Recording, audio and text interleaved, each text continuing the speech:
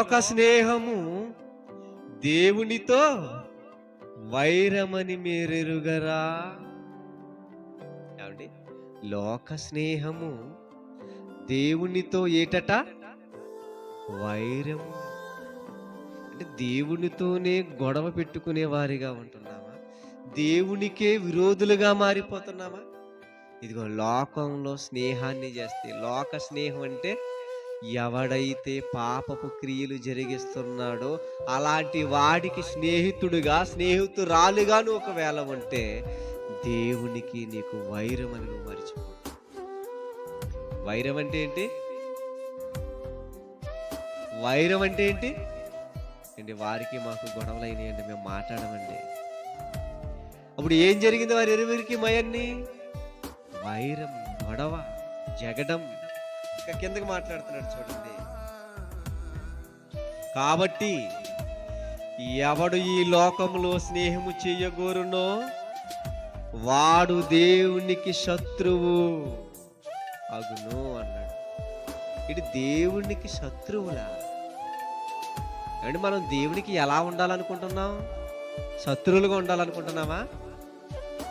దేవునికి శత్రువులుగా ఉండడానికా మనం బ్రతికేది? దేవునితో శత్రుత్వం ఏంటి ప్రియమైన దేవుని వారు? దేవునికి ప్రియులైన పిల్లలు అన్నాడు మనల్ని. మీరు నా ప్రాణం కంటే ఎక్కువగా ప్రేమిస్తున్నాను అన్నాడు. అర్థమవుతుందా? ఆయన ఎంతగా ప్రేమించాడు మనల్ని? తన ప్రాణాన్ని సిలువలో పెట్టి ఎంత పెట్టాడా? పెట్టాలని అనుకున్నాడా? పెట్టేశాడు. అంటే అంతగా ప్రేమించిన ఆయనతో నువ్వు శత్రువుగా మారిపోతావు. ఆయనకి శత్రువుగా మారిపోతున్న క్రియలు ఏం జరుగుతున్నాయి మనలో? లోక స్నేహం. లోక స్నేహం అంటే ఈ లోకంలో ఉన్నటువంటి ఆ జోదాలు కానివ్వండి, ఈ లోకంలో ఉన్నటువంటి ఆటలు కానివ్వండి, ఈ లోకంలో ఉన్నటువంటి స్నేహాలు కానివ్వండి, చెడు స్నేహాలు, ఇలా లోకాన్ని అనుసరించి బ్రతుకుతున్న వాడైతే దేవునికి శత్రువుగా ఉన్నాడు. ఎవరైనా ఒకసారి మీ యొక్క ఆత్మ విమర్శ చేసుకోండి ప్రియులారా. మీరు ఎవరైనా ఒకవేళ లోక స్నేహంలో ఉన్నారా?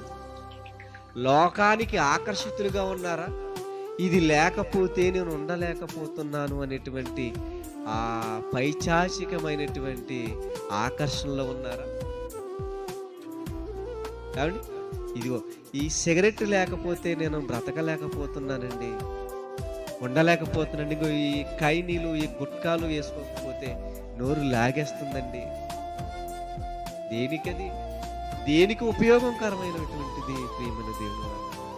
ఇదిగో ఈ మద్యం లేకపోతే నేను బ్రతకలేకపోతున్నానండి, ఇవి డ్రగ్స్ నేను తీసుకోకపోతే నేను జీవించలేకపోతున్నానండి, ఇదిగో పలానా అమ్మాయి లేకపోతే నేను అసలు ఉండలేకపోతున్నానండి, పలానా అబ్బాయిని నేను ఇష్టపడుతున్నాను, ఆ అబ్బాయికి దూరం అయితే నేను జీవించలేకపోతున్నానండి.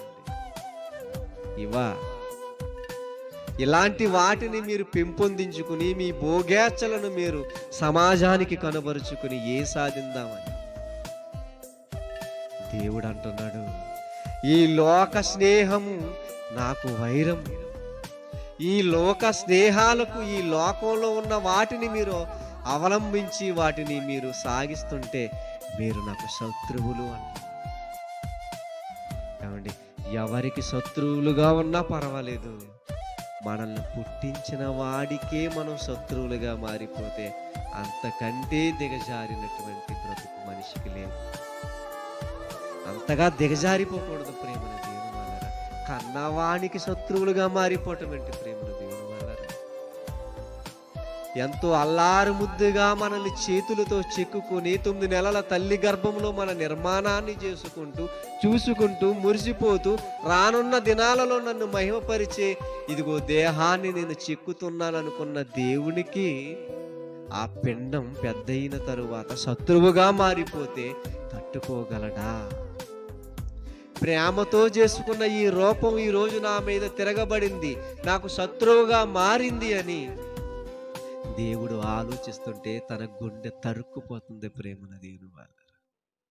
ముందుగానే తన భక్తుడితో హెచ్చరిస్తున్నాడు, ఈ లోకానికి ఎవడైనా స్నేహం చేస్తే, ఈ లోకంతో ఎవడైనా ముడివేసుకుని పెనవేసుకుని ఒకవేళ ఉండిపోతే, అలాంటి వాడితో నాకు పడదు, వాడికి నాకు వైరం.